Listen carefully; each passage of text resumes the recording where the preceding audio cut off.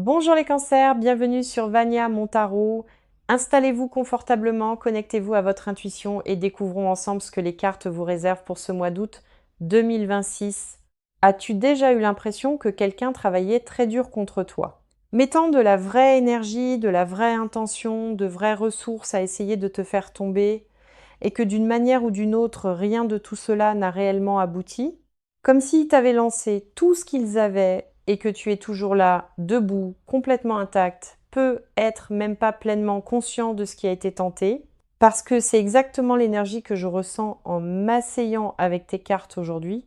Et je veux être franche avec toi dès le début. Ceci est une lecture générale pour le collectif, destinée à la réflexion, au divertissement et à toute guérison qu'elle apporte. Prends ce qui résonne et laisse le reste. L'énergie ici est sélective et seul ce qui t'est vraiment destiné va atterrir. Maintenant, ce qui est venu à moi quand j'ai posé l'intention de cette lecture m'a arrêté un instant, parce que l'histoire que ces cartes racontent ne concerne pas seulement quelqu'un qui ne t'aime pas ou qui travaille contre toi de façon ordinaire. Ce que je capte entre dans un territoire que la plupart des gens ne voudraient même pas admettre qu'il existe. Quelqu'un dans ton orbite, et je sens que c'est quelqu'un qui s'est senti impuissant face à toi par les moyens normaux, a pris la décision de chercher de l'aide auprès d'une source très différente. Et voici ce qui est fascinant, chère âme. Quoi qu'ils aient mis en mouvement, cela n'a pas fonctionné. Non pas par chance, non pas par accident, mais à cause de quelque chose qui vit en toi que la plupart des gens ne comprennent pas pleinement jusqu'à ce qu'ils essaient de le briser. Entrons dans ces cartes et je vais te montrer exactement ce que je veux dire. Bien, chère âme, j'ai fini de poser l'intention de cette lecture et il est maintenant temps de sortir ces cartes. Je vais tirer 10 cartes de ce jeu et les arranger en 3 rangées sur la table devant moi, laissant l'énergie couler naturellement à mesure que chaque carte trouve sa place. Alors, faisons cela maintenant. Je tire les premières cartes et les place dans notre première rangée, puis je continue dans la deuxième rangée, ressentant l'énergie changer à mesure que chaque carte atterrit, et enfin je complète notre troisième rangée avec les dernières cartes. 10 cartes, 3 rangées, toutes faces cachées sur la table, et je dois dire que rien que par le processus de les disposer, quelque chose se sent déjà très chargé dans cette lecture. Il y a une tension ici, comme deux énergies très différentes assises de part et d'autre de cette table, l'une qui est frénétique, presque désespérée, et l'autre qui est remarquablement immobile. Bien, commençons par notre première rangée et voyons ce qui ressort déjà ici. Je vais retourner ces 3 cartes une par une et laisser l'énergie parler d'elle-même. Et c'est parti. La reine d'épée, l'étoile et le hiérophante. Entrons dans le vif du sujet. Et je dois dire que ces 3 cartes de la première rangée, ensemble, me disent déjà quelque chose d'incroyablement significatif. Parce que ce que je vois ici n'est pas seulement une histoire à ton sujet. Chère âme, ces 3 cartes peignent une image très spécifique de pourquoi tout ce qui a été tenté contre toi n'a jamais eu de réelle chance de réussir dès le départ. Laisse-moi décomposer cela. Commençons par la reine d'épée. Et chère âme, cette carte me donne une image si claire de qui tu es dans cette situation, parce que la reine d'épée n'est pas quelqu'un que l'on peut facilement manipuler, tromper ou prendre au dépourvu.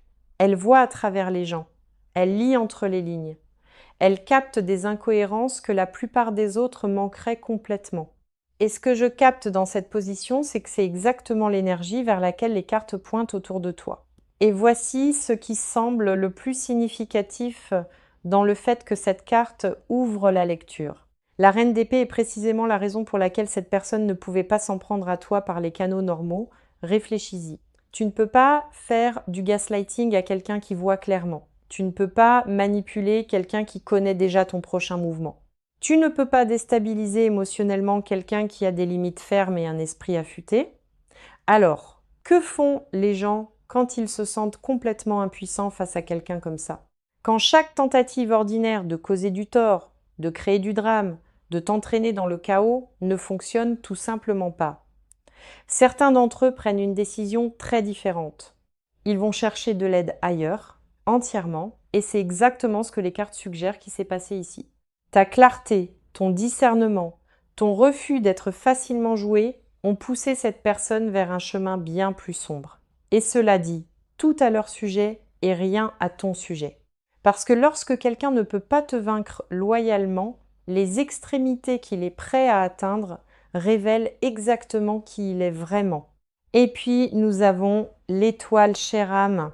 C'est la carte qui explique tout sur la raison pour laquelle ce qui a été envoyé vers toi ne pouvait tout simplement pas pénétrer, parce que l'étoile n'est pas seulement une carte d'espoir ou de guérison au sens conventionnel. Dans cette position, au sein de cette lecture, ce que je capte est quelque chose de bien plus spécifique. Cette carte pointe vers une couche de protection autour de toi qui existe à un niveau que la plupart des gens ne peuvent pas voir ou avec lequel ils ne peuvent pas interagir directement. Et voici ce qui semble significatif dans l'apparition de l'étoile juste après la reine d'épée. Alors que ton esprit affûté et tes limites claires forment un niveau de protection très réel et humain, l'étoile suggère qu'il y a quelque chose de supplémentaire qui joue en ta faveur. Quelque chose qui opère au-delà de ta propre conscience, une sorte de bouclier énergétique. Appelle cela une protection divine. Appelle cela un alignement. Appelle cela comme tu le ressens. Mais ce vers quoi les cartes pointent, c'est que quiconque a tenté d'envoyer quelque chose de sombre vers toi s'est heurté directement à cette barrière. Et ce que je trouve le plus révélateur à propos de cette carte dans ce contexte, c'est l'imagerie de la lumière perçant l'obscurité, parce que c'est essentiellement ce qui s'est passé ici. Quelle que soit l'intention sombre qui a été construite et dirigée vers toi, elle a rencontré quelque chose qu'elle n'était pas équipée pour gérer. Pas ta colère, pas ta vengeance, simplement ta lumière. Et la lumière, chère âme, ne négocie pas avec l'obscurité. Elle la rend simplement complètement inefficace. C'est ce que l'étoile dit qui s'est passé au moment où ce sort a été jeté dans ta direction. Et maintenant, nous avons le hiérophante. Et c'est là que l'histoire prend un tournant très intéressant, chère âme, parce que jusqu'à présent, nous avons regardé toi, ta clarté, ta protection. Mais le hiérophante déplace la lentille vers l'autre côté de cette situation, spécifiquement vers la personne qui a été engagée pour faire le travail. Et ce que je capte ici, c'est un moment de reconnaissance qui a tout changé. Le hiérophante porte l'énergie de la sagesse ancienne, de la loi spirituelle, de forces qui opèrent selon des règles bien plus anciennes et bien plus puissantes que tout praticien individuel. Et ce que les cartes suggèrent dans cette position, c'est que quiconque a été amené à diriger quelque chose de sombre vers toi a rencontré quelque chose dans le processus qui l'a arrêté complètement. Pas un mur, pas une résistance qu'il pouvait forcer avec plus d'effort, quelque chose qu'il a reconnu immédiatement comme étant dans une catégorie complètement différente de ce à quoi il a normalement affaire. Et voici ce que je trouve psychologiquement fascinant dans l'apparition de cette carte à cette position. Il y a un code parmi les gens qui travaillent avec l'énergie, qu'elle soit lumineuse ou sombre, qui dit que on ne s'engage pas avec des forces qu'on ne peut pas égaler. Et ce que le hiérophante suggère, c'est que ce praticien, ce prétendu sorcier, a atteint cette limite quand il a tenté de travailler contre toi. Il a senti quelque chose autour de ton énergie qui lui a dit clairement « ce n'est pas un combat que tu peux gagner ». Et ce moment de reconnaissance, cette pause, cette soudaine prise de conscience qu'il était surpassé par quelque chose qu'il ne pouvait ni expliquer ni surmonter, est exactement ce qui a mis en mouvement la chaîne d'événements suivante. La retraite n'était pas un choix, c'était la seule réponse logique à ce qu'il a rencontré. Bien, chère âme. Notre première rangée nous a déjà tellement appris sur pourquoi toute cette situation était destinée à échouer dès le début. Maintenant, passons à notre deuxième rangée et voyons ce qui s'est passé ensuite dans cette histoire. Je retourne ces 4 cartes maintenant. Le 8 de coupe, le 7 de denier, le valet de bâton et le 8 de denier. Continuons. Et ces 4 cartes de la deuxième rangée me montrent 2 histoires complètement différentes se produisant exactement au même moment. D'un côté, quelque chose se défait tranquillement pour les gens qui s'en sont pris à toi. Les choses ne se passent pas comme ils l'avaient prévu et l'énergie autour de leur situation devient de plus en plus désespérée. Et de l'autre côté, te voilà, chère âme, la tête baissée, concentrée, continuant à bâtir quelque chose de réel de tes propres mains. L'écart entre ces deux réalités en ce moment est significatif. Regardons chaque carte de près. Commençons par le 8 de coupe. Et, chère âme, c'est la carte qui confirme ce que le hiérophante laissait déjà entendre. Parce que le 8 de coupe est une carte du fait de s'en aller, de prendre la décision consciente de laisser quelque chose derrière soi, non pas par faiblesse, mais par la reconnaissance que continuer n'en vaut tout simplement pas la peine. Et dans cette position, ce que je capte, c'est que c'est la carte du sorcier. C'est son moment de départ. Ce que les cartes suggèrent ici, c'est qu'après avoir rencontré le genre de protection qui t'entoure, ce praticien a pris une décision très délibérée. Il s'est arrêté, il s'est retiré. Et peut être le plus significatif, il a rendu l'argent à la personne qui l'avait engagé, parce que lorsqu'on est quelqu'un qui travaille avec l'énergie, on comprend mieux que la plupart qu'il y a des forces que l'on ne défie pas deux fois. Et ce que je sens, c'est que quoi qu'il ait ressenti quand il a tenté de travailler contre toi, cela tombait carrément dans cette catégorie. Et voici ce que je trouve le plus intéressant à propos de cette carte dans ce contexte. Le 8 de coupe ne montre pas quelqu'un qui s'enfuit dans la panique. Il montre quelqu'un qui s'en va en pleine conscience de ce qu'il laisse derrière lui. C'était pas une retraite née de la confusion, c'était une décision professionnelle, une reconnaissance que le travail n'était pas faisable. Et rendre cet argent était essentiellement un aveu que certaines cibles sont tout simplement hors de portée. Toi, chère âme, tu en es une. Et quand un sorcier rend l'argent, ce n'est pas un remboursement, c'est un avertissement qu'il s'est donné à lui-même. Et maintenant, nous avons le 7 de denier. Et cette carte me donne une image si spécifique de l'endroit où se trouve actuellement la personne qui a engagé ce sorcier.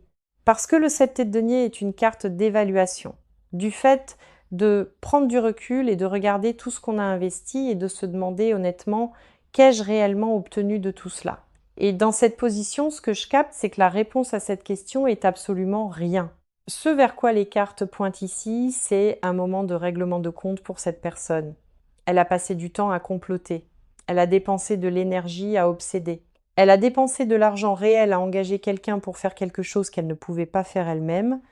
Et maintenant, elle se tient devant tout cet investissement, regardant une récolte qui n'existe tout simplement pas. Aucun résultat, aucun dommage causé, aucune victoire d'aucune sorte à montrer pour tout ce qu'elle a mis dans ce plan. Et voici ce que je trouve psychologiquement intéressant à propos de cette carte dans ce contexte. Le sept de denier porte un genre de frustration très spécifique. Celui qui vient non seulement de l'échec, mais de la réalisation que l'échec était total. Ce n'était pas un succès partiel, ce n'était pas quelque chose qui a presque marché. C'était une impasse complète et absolue dès le tout début, et cette personne ne fait qu'affronter pleinement cette réalité maintenant. Ce que les cartes suggèrent, c'est que ce moment d'évaluation est profondément inconfortable pour elle. Chaque ressource qu'elle a dirigée vers ta chute lui est revenue comme rien de plus qu'une preuve de son propre désespoir. Et c'est un genre de défaite très spécifique à devoir supporter. Et ce qui rend cette carte encore plus révélatrice, c'est ce qui se passe après ce moment d'évaluation. Parce que le 7 de denier ne concerne pas seulement le fait de regarder en arrière ce qui a été perdu, il concerne ce qui vient ensuite. Et ce que je sens, c'est que cette personne fait maintenant face à une question très inconfortable qu'elle ne peut pas éviter. Si cela n'a pas fonctionné, que lui reste-t-il exactement? Et puis nous avons le valet de bâton. Et cette carte apporte un genre d'énergie très différent comparé à la lourde immobilité du 7 de denier, parce que le valet de bâton est une carte de nouvelles, d'informations qui circulent rapidement, de quelque chose qui était contenu et qui commence soudainement à se répandre. Et dans cette position, ce que je capte, c'est que l'histoire de ce qui s'est passé, du sorcier qui s'en va, de l'argent qui est rendu, ne reste plus silencieuse. Ce que les cartes suggèrent ici, c'est que le mot se répand. Peut-être pas de façon dramatique ou évidente, mais de la façon dont l'information voyage toujours à travers les cercles proches, à travers les murmures, à travers le genre de conversations qui se produisent quand les gens réalisent qu'un plan a échoué de façon spectaculaire. Et pour la personne qui a mis tout cela en mouvement, cette prise de conscience qui se répand crée un problème très nouveau et très inconfortable. Parce que voici ce vers quoi le valet de bâton pointe et que je trouve le plus significatif. Cette personne a construit toute son approche autour du fait d'opérer dans l'ombre, autour du fait de faire quelque chose qui pourrait jamais lui être attribué, autour du fait d'avoir un déni plausible. Et maintenant, le secret même dont elle dépendait commence à se fissurer. La nouvelle de son échec circule. Et avec elle vient la réalisation naissante qu'elle a épuisé toutes les options qu'elle était prête à utiliser contre toi. Ce que les cartes suggèrent, c'est que la panique qui s'installe en ce moment pour cette personne ne concerne pas seulement le fait d'avoir échoué, elle concerne l'exposition que cet échec apporte. Et cette combinaison plan échoué, exposition potentielle est exactement ce qui pousse le désespoir que nous sommes sur le point de voir dans les cartes suivantes. Parce que le rugissement le plus fort vient toujours du lion qui a déjà perdu le combat et qui le sait. Et maintenant, nous avons le 8 de denier. Et, chère âme, cette carte est celle qui m'a fait faire la pause la plus longue de toute cette lecture, parce qu'après tout ce que nous venons de découvrir sur ce qui se passe autour de toi, le complot, l'embauche, l'échec, la panique, le 8 de denier, nous montre quelque chose que je trouve profondément puissant dans ce contexte. Il nous montre toi et ce que tu as fait à travers tout cela. Le 8 de denier est une carte du métier dévoué, de quelqu'un qui se présente chaque jour et met la main à l'ouvrage pour bâtir quelque chose de réel. Et ce que je capte dans cette position, c'est que pendant que tout ce chaos se déroulait autour de toi, pendant que de l'argent était échangé dans des coins sombres et que des plans étaient construits pour te faire tomber, l'énergie autour de toi était pointée dans une direction complètement différente, vers la création, vers la croissance, vers quelque chose de tangible et de durable. Et voici ce qui semble le plus significatif à propos de cette carte dans cette lecture. Ce vers quoi le 8 de denier pointe n'est pas seulement le fait que tu as continué, c'est ce que tu bâtissais qui importe. Et ce que les cartes suggèrent, c'est que ce que tu as tranquillement construit laisse très peu de place à tout cela. Quand quelqu'un est véritablement investi dans la construction de quelque chose de significatif avec son propre effort, sa propre discipline, sa propre compétence, il crée une sorte de densité énergétique que les forces extérieures ne peuvent tout simplement pas pénétrer. Non pas parce qu'il est immunisé contre la difficulté, mais parce que la fondation sur laquelle il se tient est trop solide, trop réelle, trop profondément enracinée dans le travail réel et la valeur réelle pour être ébranlé par quelque chose d'aussi creux qu'un sort que même celui qui l'a jeté n'était pas prêt à assumer. C'est le 8 de denier parlant directement à ta situation en ce moment, chère âme. Bien, chère âme.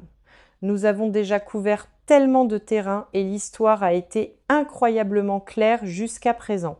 Maintenant, passons à notre troisième et dernière rangée et voyons comment tout cela se rassemble.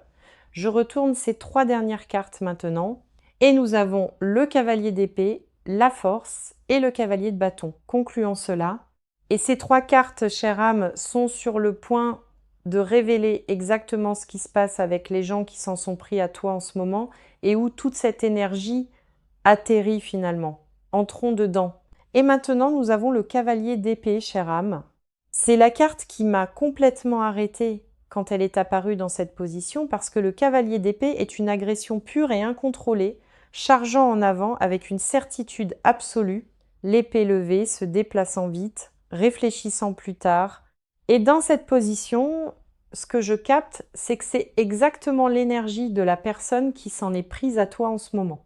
Elle est furieuse. Pas juste déçue, pas juste frustrée, mais véritablement enragée de la façon dont seul quelqu'un qui se sent complètement acculé peut l'être. Parce que voici ce vers quoi les cartes pointent concernant son état actuel. Elle a dépensé de vraies ressources à essayer de te faire tomber. Elle est allée à des extrémités que la plupart des gens ne considéreraient même jamais, et tout cela lui est revenu vide. Et maintenant, cette rage n'a nulle part de productif où aller. Ce que les cartes suggèrent, c'est que cette personne se déplace actuellement comme le cavalier d'épée.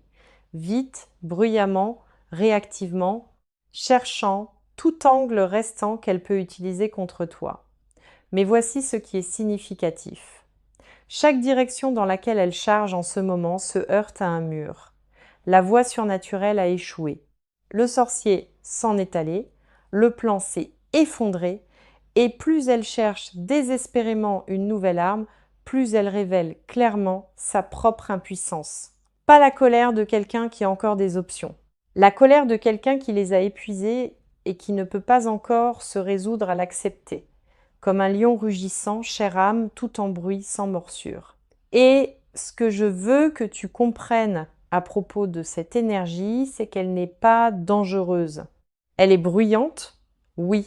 Elle est intense, oui.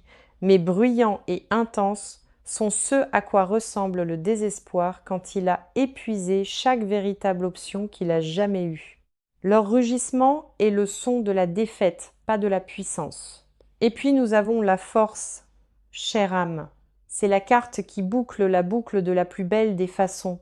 Parce que, après tout ce que nous avons découvert dans cette lecture, après tout le complot, l'embauche, l'échec et la rage, la force entre en scène et nous montre la vraie raison pour laquelle rien de tout cela n'a jamais eu de chance. Et ce n'est pas ce que la plupart des gens attendraient. La force n'est pas une carte de force brute. Ce n'est pas une carte de riposte ou de domination d'un ennemi par l'agression. C'est une carte de quelque chose de bien plus rare et de bien plus difficile à cultiver.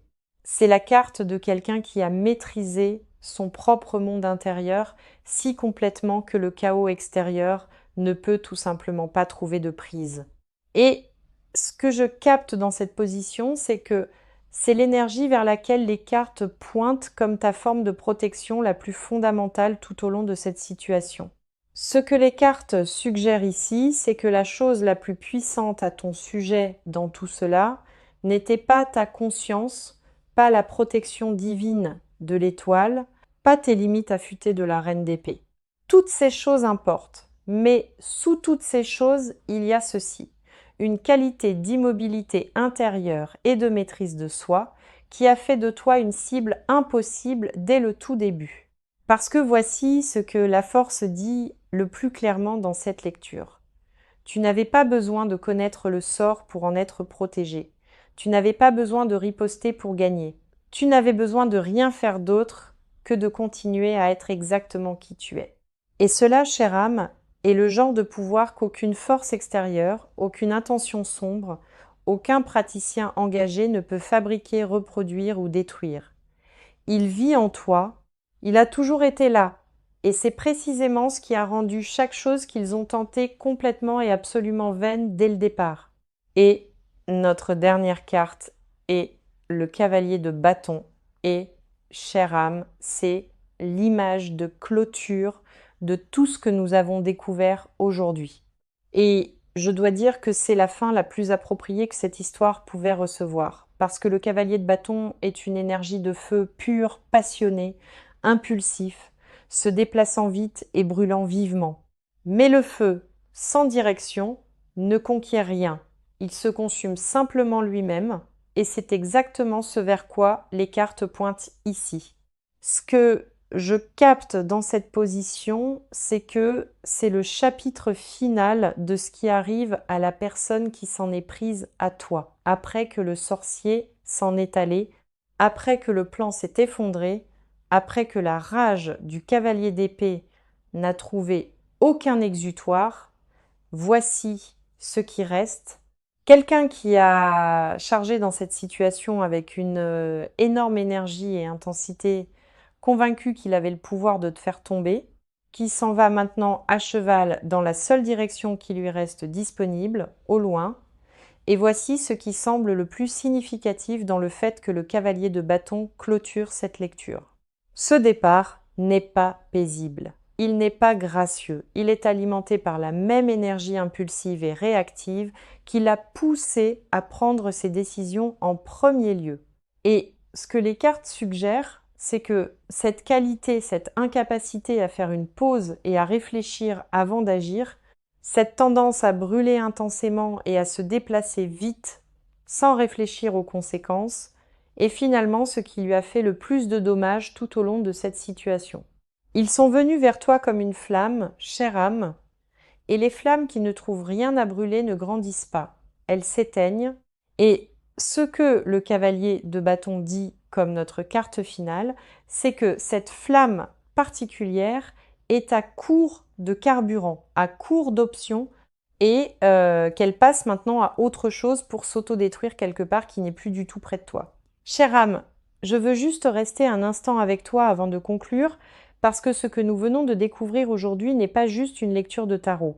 C'est la confirmation de quelque chose que tu ressens peut-être depuis un moment, mais que tu n'as jamais tout à fait pu mettre en mots, que peu importe ce que quelqu'un te lance, peu importe combien ses intentions sont sombres ou jusqu'où il est prêt à aller, il y a quelque chose en toi qui tout simplement ne se brisera pas. Et je pense au genre de personne qui finit par être une cible comme celle-ci, ce n'est jamais quelqu'un de faible. C'est toujours quelqu'un dont l'existence même fait que certaines personnes se sentent petites. Ta clarté les menace, ta stabilité les déstabilise, ta croissance silencieuse les enrage. Alors laisse-les rugir, chère âme. Laisse-les s'épuiser dans leur propre frustration, parce que pendant qu'ils étaient occupés à comploter ta chute, tu étais occupé à bâtir ta vie. Et c'est là précisément la chose la plus puissante que j'ai vue dans ces cartes aujourd'hui. Merci beaucoup d'avoir été ici avec moi aujourd'hui, chère âme.